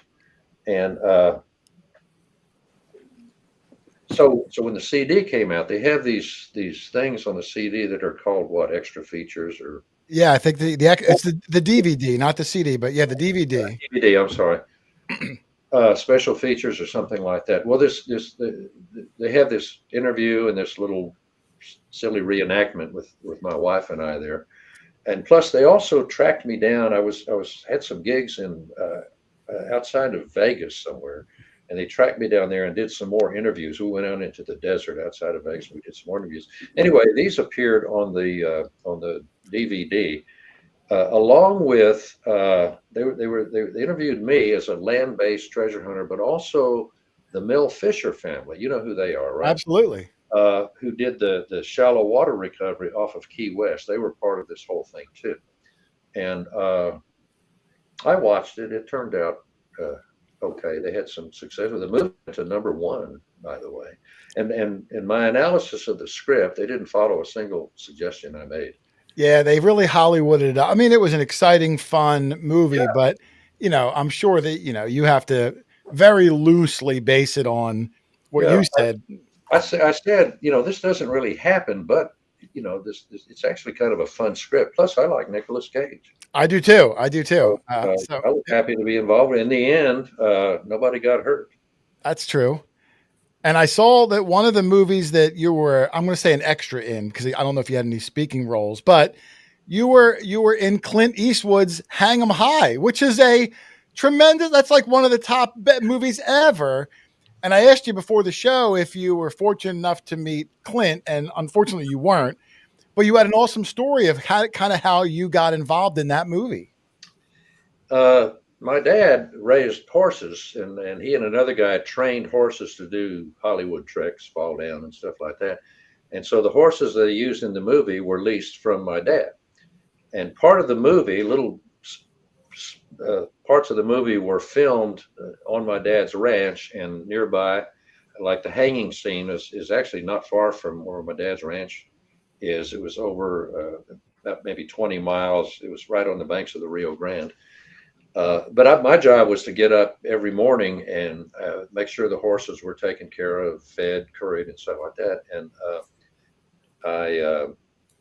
I would go out there and do that. And another guy was doing that too. It turned out the other guy was in the movie. It was Ben Johnson, who was a co-star of the movie, and he was kind of fun to hang around with. I never did.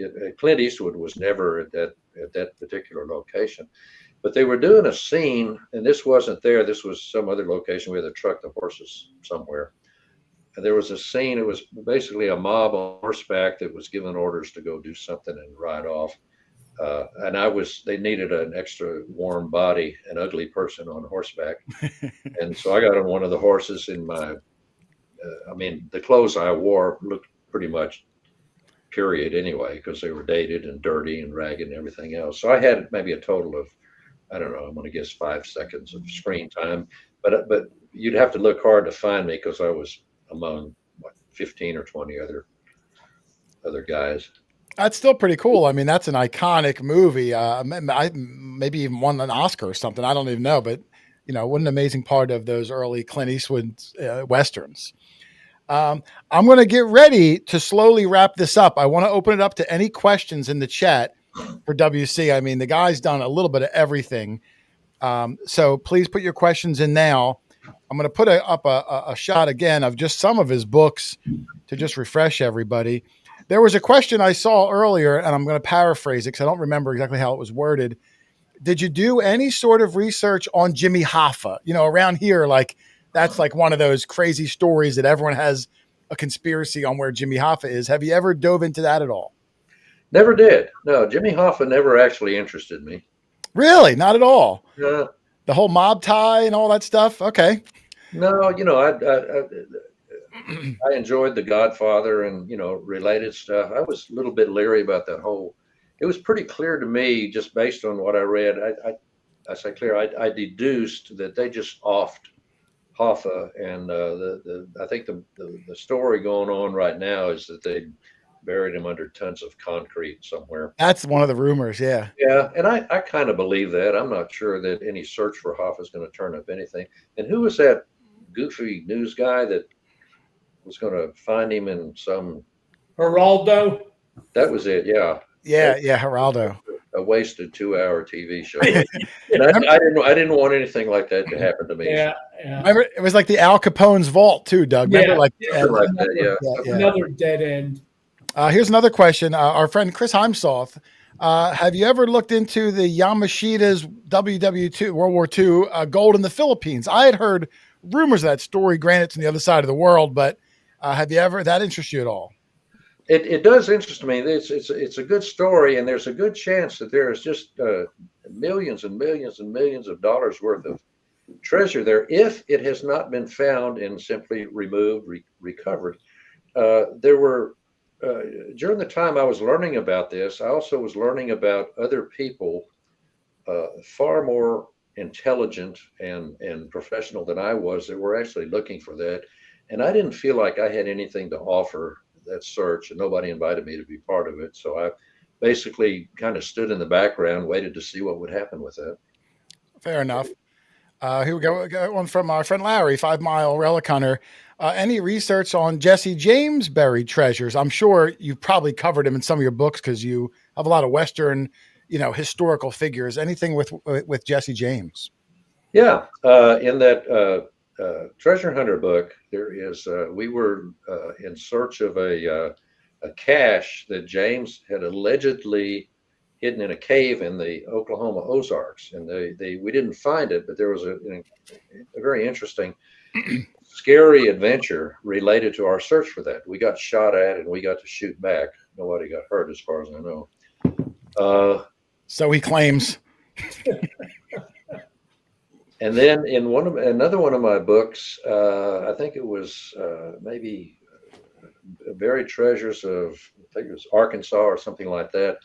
There's a tale in there about some Jesse James loot that was taken from a stagecoach that was hidden while they were being pursued, and they had to hide it real quick. They needed to unload this extra weight that they were carrying, so they hid it off a trail somewhere, and they put a stone on top of it, and they carved their initials. And he and Frank James carved their initials in that stone.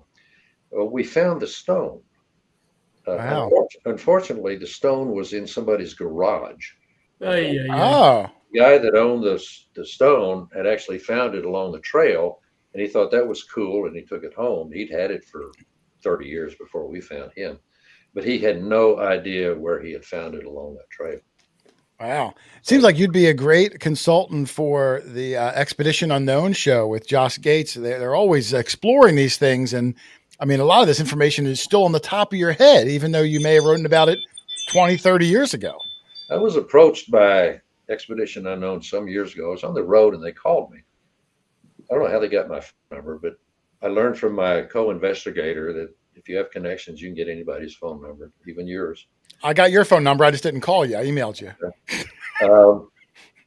I got a call and they said, we want to do a show on Butch Cassidy's Lost Treasure. And because I had written a book on Butch Cassidy, they perceived me as the expert. And I said, that sounds like fun, except there is no lost treasure associated with Butch Cassidy. He had, after a train robbery, he had hidden some stuff somewhere, but he came back and retrieved it. And that was pretty much it. And he says, well, we're going to do the show anyway. And I said, well, it's not true. And this wasn't the guy who, the face on the TV. Josh Gates, yeah. One of the producers. And I said, it's not true. And he said, this is TV. We can do whatever we want. Yeah. And I said, well, you can do it without me. Yeah. I don't seek to be on TV. I usually wind up having a lot of fun with it. I dread doing it, but I always wind up having a lot of fun, like having fun with you guys right now. But I like for the show to be accurate. Sure. But unfortunately, entertainment trumps truth.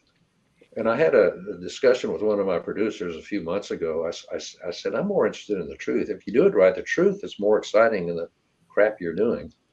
And he said, it's reality stuff. That's what we get paid for. And I haven't heard from him since, so I may not spend much time on TV after this. Well, I think the truth can often be more entertaining if you have a good presenter like yourself. If you don't have a good presenter, it can come off as dry and flat. So as a testament to you, when your phone rings next time, answer it, because you never know who's on the other end. I got a question here from I'm going to mess up his name, Terry Piesig. Forgive me. What was your best find? And I guess not only like maybe one thing, but maybe your best treasure, what do you consider to be your creme de la creme after over half a century of searching for treasures? How much time have you got? Well, we'll try to do it in like 3-4 minutes. I put it this way: the lost Adams diggings. I never harvested as much gold from the Adams diggings as I did from other places, but it was one of my best finds in the sense that I had been looking for it for decades, and finally found it. A great deal of satisfaction with that. And other things like that. As far as value, one of my best finds was a cache of 440 gold ingots in Mexico. I think over the years we've removed 60 or 70 of those. The rest are still there, and that story is written up in that Finders Keepers book. If you want to go get them yourself, you can go do it. No kidding. You actually put the story in there for people to go grab them. Yep. And another one, we found a cache of 800. This is one of those Spanish expedition things. We found a cache of 880 gold ingots. That story is in the Treasure Hunter book. We harvested, I think, maybe 30 or 40 of those. The rest of those are still there. We found large caches. We found small caches. Most expeditions ended in failure in the sense that we didn't find what we were looking for. Any treasure hunter that tells you they find something every time they go out is lying to you. We probably were successful maybe 5% of the time, but that 5% can be astronomical. Yeah. But we always had an adventure. We were always involved in the quest. We were always involved in satisfying our curiosity, and we never came away unfulfilled from any of these expeditions. Well, that's really the most exciting part, is the adventure and the stories and, living life to the fullest, because you could have found $100 billion trillion and, money is money, but that adventure and spending that time with your friends in these harrowing situations, that's living to me. Yeah. And that's the best part. Here's a question from Metal Detecting with the Rebel. Did Billy the Kid really die in 1956? I guess that's the current. I'm not an expert on it. Is there truth to the alias that he did live up until that time? He died in 1949. The real Billy the Kid lived for 69 years after the alleged shooting by Pat Garrett. We traced his life. He lived in Mexico for a while. He came back. He actually had gigs as a lawman. He rode in Wild West shows. He died a pauper. Very few people knew who he was. word got out in the last couple of years of his life, and in many ways it's a sad story, but it's just an incredibly interesting story. This old man. Well, make sure you check out the book. I think he's got a whole book on it, so we don't give away the ending. Here's one from our friend Barb Connell. I interviewed an author a few weeks ago who wrote a book last year called "There's Treasure Inside." And what he did was this guy hid 5 chests around America, each one with like $1 million of gold and jewelry and gems and all this stuff. And he wrote a book of like cryptograms and puzzles and stories to give people clues. And, you know, the money that he spent on the treasure, he recovers some of it from the sale of the book, whatnot. Are you familiar with the book? Have you heard anything about it? And what do you think of these treasures that were hidden purposely with that sort of intention, that just create artificial excitement for treasure? That sounds like the Forrest Fenn treasure. It's very similar. He was inspired by Forrest Fenn. And that turned out, that may have been a hoax in the sense that the guy that found the treasure, it turns out that he and Forrest Fenn were acquainted. I'd heard rumors about that there could have been some shenanigans. This all sounds like fun to me. People love puzzles. They love mysteries. And if somebody has the wherewithal and they can afford to put $1 million in 5 different containers and hide them, and then leave these cryptic clues for people to try to decipher to go find, it sounds like great fun to me. And good luck. And get you out there, like you said, make a little adventure for the weekend warriors, I call them, the people that can't dedicate their life to it. But maybe you got a free weekend, you go to Yellowstone, walk around, and maybe you get lucky. I think it can be fun, and who knows, with a little luck, maybe the next Who Wants to Be a Millionaire. Luis Villarreal said, what about Pancho Villa and the gang burying treasure all around Texas? Any truth to those stories? Have you covered that at all? Probably not much truth to it. There are a lot of stories related to Villa. I've written about Villa in the past too, mostly articles. There's some evidence that he buried some of the revolutionary treasure in the Sierra Madres, God knows where. And there's also a story that he may have buried some in the Franklin Mountains just outside of El Paso. When he fled Mexico for a while, he lived in El Paso. And the story is that he buried some of that near El Paso. The problem with that is we find a lot of stories. We find absolutely no evidence. We find nothing that we can hang a hat on any of that stuff. I wish there was more. I would like to pursue it, but so far we haven't found anything substantive. Do you find a lot of the stories that first fall into your ears, you have to decipher, is it just folklore or is there truth to it? Like, what's the percentage of where you hear something and you can immediately dismiss it as there's nothing to it, rather than stories that you'll go down the rabbit hole and actually recover more tangible proof? Yeah, after all these books and all this stuff, you can pretty much tell early on if something has got some substance to it. A lot of junk comes across my desk. I've gotten to where I'm pretty good at picking it out. And on the other hand, I get contacted all the time. I get contacted by people all the time that are essentially frauds, but I get contacted every once in a while, maybe 3 or 4 times a year, by legitimate treasure hunters that are onto something. I get involved in their searches. This is how we got to the lost sublet mine here recently. If it looks like it's real, I'll give them whatever help that I can. Sometimes they invite me to go along. I don't necessarily need to do this, but I'm happy to share whatever it is that I may know about something like this.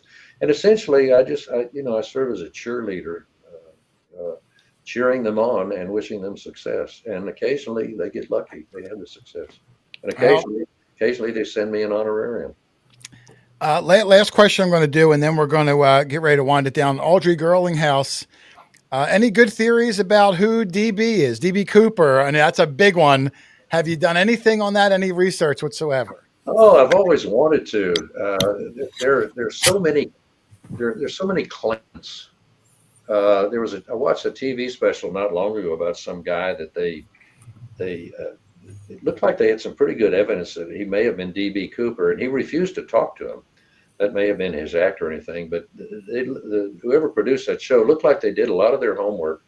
I'm not sure that I could do anything any better than what they did, although that whole case, I think, is fun. I would have loved to have been involved with that. Well, maybe that show will be a muse for a DB Cooper book in the next year. You never know. Doug, I want to go around and let you guys, if you have any questions or say goodbye. I want to thank WC again. But before we go, make sure you check out his complete list of books, his music CDs. There's a link, like I said, in the description of the show. And his newest book, Finders Keepers. It is available on Amazon. I don't know when you say new, how new it is. But you hear him talking the whole incredible series of treasure, adventure, beyond the grave. So many incredible things and the heck of a good storyteller. So go check it out. Pick yourself up a book. As good of a storyteller as he is, he's equally gifted as a story writer. So, but I'll go around the horn and let you guys, if you have any questions, Doug, Charlie, Rich, Lynn. Doug, I'll start with you in the bottom. Yeah, I'd like to know from WC how many individuals are in your close circle of friends that join you in these escapades, and are all of them still alive? You're a healthy 82, I see. The partners I worked with that I wrote about in the Treasure Hunter book, they have all passed. It's 3 guys that I worked with off and on for 3 decades or more. They have all passed. My colleagues right now number, I have 3 people. Because of my age and because of the age of some of my partners, the expeditions into the Sierra Madres are probably not going to happen much anymore. Out of the question. But we do a lot of what I refer to as horizontal expeditions, where there's not a lot of climbing up and down. One of these recently led us to the Lost Sublet Mine, the Lost San Saba mines, which are just actually right up the road from where I live. And I have an agenda. I have a list of things. I'll just never live long enough to get them all accomplished. But yeah, I'm still active, and I'm working with some cool people that are as excited about this as I am. Very nice. Cool. Charlie, any questions for WC? Any comments before we send him off? Yes, I was wondering if he has ever gone into like schools or colleges and talk about what he shared with us tonight. Has he done that?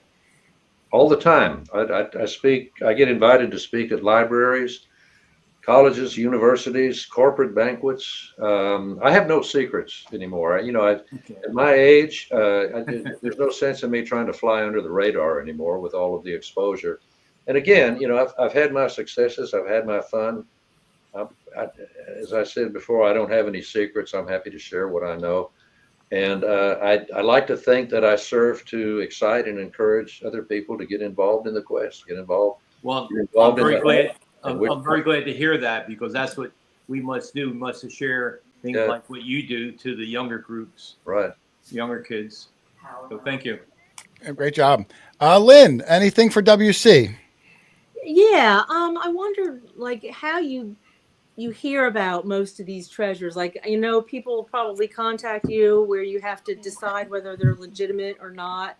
But are there other ways that you hear about things and then you pursue them, or?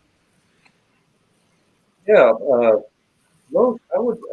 think this would be honest to say that most of my adventures started in a library or with library materials. Early on, not only with the library, but there were a lot more of people like me back when I started out. In fact, we would get together in Texas. There was like 12 or 15 of us. We would meet somewhere at a different place in Texas every year, and we would share stories. We'd share our adventures, and we would exchange information. And sometimes we would organize expeditions. Sometimes, we'd go our separate ways. But there was a lot of information transfer, and I learned a lot. And then, based on what I would hear from them, I'd do more research. A lot of it had to do with in the field experience. You get all this information, you get into the field, and everything is different. So it's a combination of all of that. By the way, the Lindiana Jones,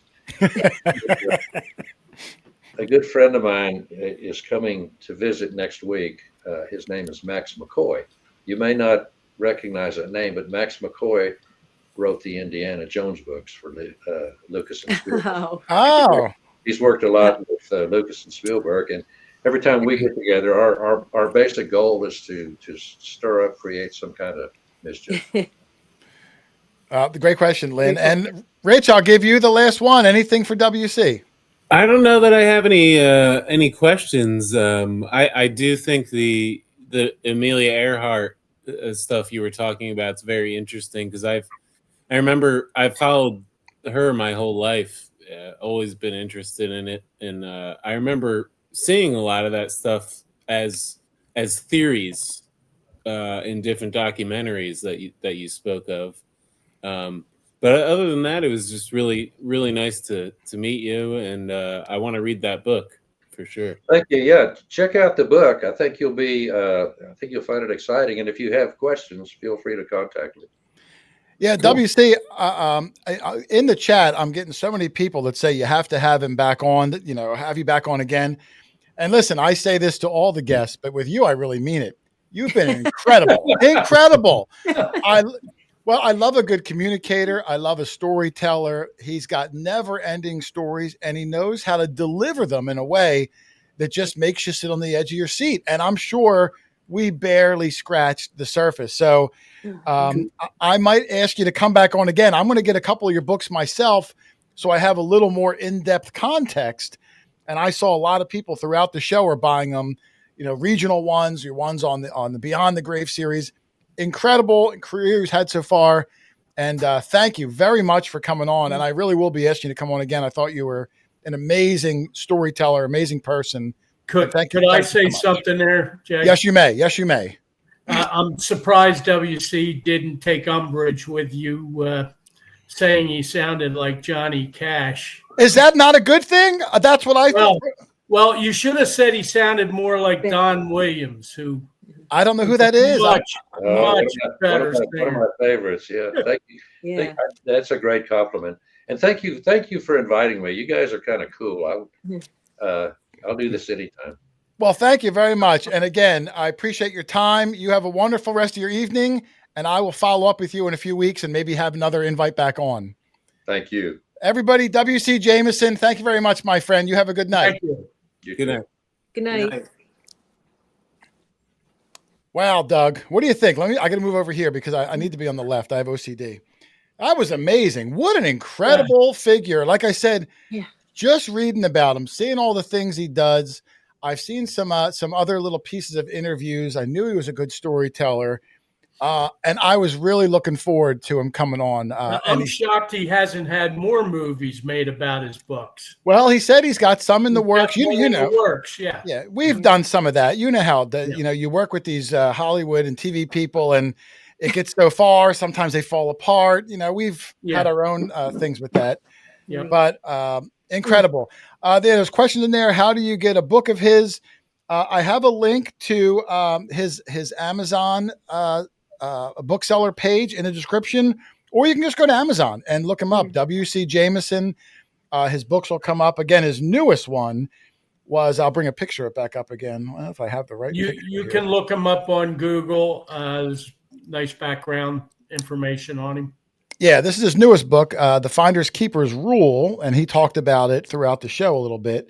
Yep. Or I had a picture up of just a random sampling of, I don't know how many that is, 20 or so, but he's got over 100 books. So, yeah, you're going to find something that interests you.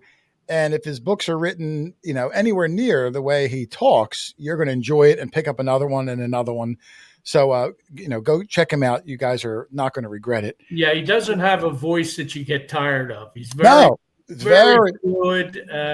Orator. And obviously, he's got a lot of information in his head that he's willing to share. Unlike Doug, who has no information in his head. Right. He makes me feel like a total slug. Isn't that, well, the guy lived life to the fullest. And I mean, not everyone is in a situation to do that, or maybe not everyone wants to do it, but they sure want to hear about someone else's adventures. So that was pretty amazing. Well, he's been dedicated to his trade or his stock and trade all his life, and it shows. The guy is awesome. Yeah. I do want to remind everybody, we're going to get ready to end this in a few minutes. If you didn't enter, we're going to give away the Nokta Advantage Pack in a minute or so. Make sure you put hashtag Nokta in the chat if you didn't already. This was a prize that should have been given out last week. Someone won in Canada. And like I said, I picked up the phone and called Radio World, the biggest Canadian outdoor store in Canada. So shout out to Jack Summers, who sent the winner an Advantage Pack from his own inventory, but that opened up this one from our American distributor, and Nokta is going to let me give that away today. So put that in there. I'm going to give it away in about 2 minutes. I'll let people get their last entries in, and I'm going to end the show on that. So before I do that, Doug, let me do a round robin before we get out of here. Any last words before we end the show with the Nokta giveaway? No, very good show. You did a good job getting WC on. Yeah, some of these people that I really just seem to admire their work. They don't know who I am. It's one of the nice things about the internet is you can reach out to total strangers, and some people will say, yeah, I'm going to come on, and that's great. And we get to meet people from such a diverse world of adventure and different, just exciting things. So, and WC was incredible. He exceeded any expectations I had of him coming on today. And I really do plan on having him come back again in the future, or at least asking him to come back again in the future. It'd be nice if he invited us down there and pick up some of that gold for him. He wrote a map and a book. What do you need him for? He did everything he could. Go find it yourself.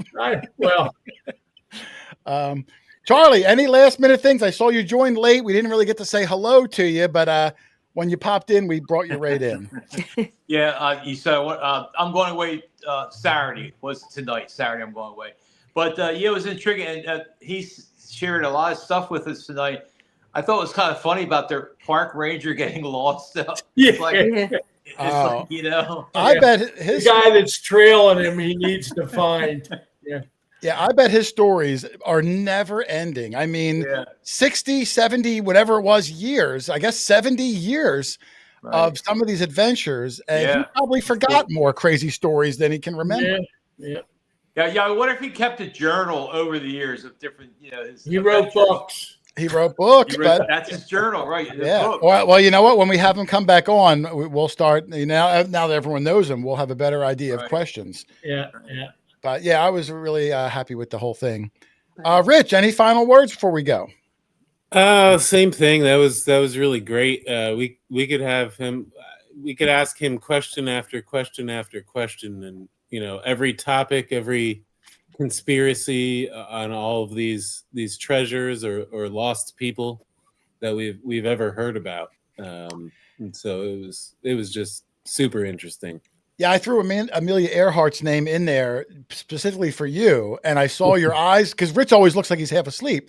I saw his eyes perk up, so I knew you were going to enjoy that.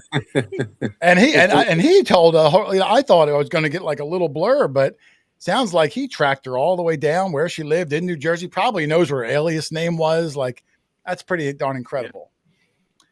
Lynn, final words before we do the giveaway. Well, I was blown away as well by all that. And with the Amelia Earhart thing, you'd think that if she's, was really tracked down, which it sounds like she was, that it would have been in the news or something. I mean, it's kind of... the government's good at hiding things if they choose to. And they're still doing it today. Yeah. Right. And back then, before the internet, it was probably much easier to keep things under wraps. It's amazing. It's one of the books that Rich, maybe you should pick up and check it out, because I'm sure there's a lot to it, and I'm sure he lays it out. I think I will. The other thing that is strange, he said that maybe, out of all the hundreds of hunts that he's done, there's only like 5% that are successful. Like, that's kind of strange. I mean, it's that's a lot of dedication all those years for only 5%, but I guess those were really good when he did find them. Well, like you said, though, it's the adventure, really. Right. Like Yeah. the adventure is the treasure in some regards, to go out and True. live that crazy life. I mean, going into another How country. many of us could do that? Yeah. Yeah. I mean, imagine going into another country, Doug, and you and a mule walking up a mountain, carrying down 60 pounds of gold bars, sneaking them back over the wall. Like, that's nuts. Yeah, I Yeah. can picture that. Nuts. So incredible. Oh, look at that. I'm going through the chat. W5IPAJ. I can't even know what his name is, but Wispa, whatever that is. We bought 3 of his books already. I saw a lot of people bought his books, and thank you for supporting him. It's really, I think it's going to be. I think you're going to enjoy it. So, congratulations if you did pick one up. All right, Doug. Let's do a little giveaway again. Right. Our good friends at Nokta. And also our good friends up at Radio World who helped make this possible. We're going to give away the Nokta Advantage Pack, which again is the waterproof pinpointer, the hand digger, the finds bag, a hat, the leg holster, and even the box that it comes in. So we'll do this. And Lynn, you haven't done it yet. Would you mind giving a drum roll, please? Come on, Lynn. I like the way Doug does it. I do too. All right, Doug. Drum roll, Doug. Give me some spit here. Good luck, everybody. Better. That's Okay, terrible. Doug. That's terrible. Give Doug some water. Adrian DeCillier. I'll bet he's from Canada. I hope not. I hope he's from America. Adrian, you have 1 minute to say I'm here and put your zip code in the chat. You got to put in there that way I know you're here because I can't. Desillier? I'm saying it's Desillier is what I'm going to guess. Yeah, I think she's from New Zealand. Is he really? No, I'm just kidding. Oh, okay. I hope not. I'm not calling another dealer in some other country. Adrian DeCillier, if you're here, put it in. You got 60 seconds. Desillier. I can't end without your zip code. France, maybe from France. Wherever he's from. If he tells me he's here, we'll know. If he's not here, unfortunately, there he is. I see him. 01453. Wow. Adrian, congratulations, my friend. Email me, Adrian, quarterhoarder@yahoo.com. In the email, obviously, I need your full name, address, and I think Nokta likes a phone number, but don't worry, I will not call you in the middle of the night. I promise. So congratulations to Adrian. Wonderful show. And Doug, was blessed to, what's up there? Let me get rid of that. It was a heck of a good show, Doug. One of my all-time favorites, I'm going to say. Yeah. And I can't wait to have him come back on again. Next week, guys, we'll be back again. Another amazing guest. This one's going to be really different, Doug. This guy, his name is Richie Kohler. Richie had a television show called Ghost Divers, I think. I have to look it up. I don't want to mess it up.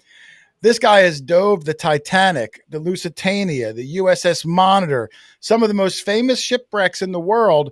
And he doesn't necessarily dive it for fun. He gets contacted by archaeologists and people, professionals, for him to go down to these incredible, dangerous areas to bring up a proof of the vessel, to ID it, take underwater photos, and some of the most harrowing experiences, seeing things that very few people that walk this earth have seen. So it's going to be some incredible stories next week with Richie Kohler. So make sure you guys check that out next Thursday, same time, 7:15 p.m. Eastern, right here on the Quarter channel. Whew. Wow. But otherwise, we're out of here. Thank you to my moderators, Teresa the Treasure Hunter, Hot Mess Fishing, everyone that joined us in the chat, and of course, our guest, W.C. Jameson, for making it one heck of a good show. But hey, we're out of here for now. So thanks for watching, everybody. Happy hunting, and we will see you on the next one. Later. Good night. See y'all.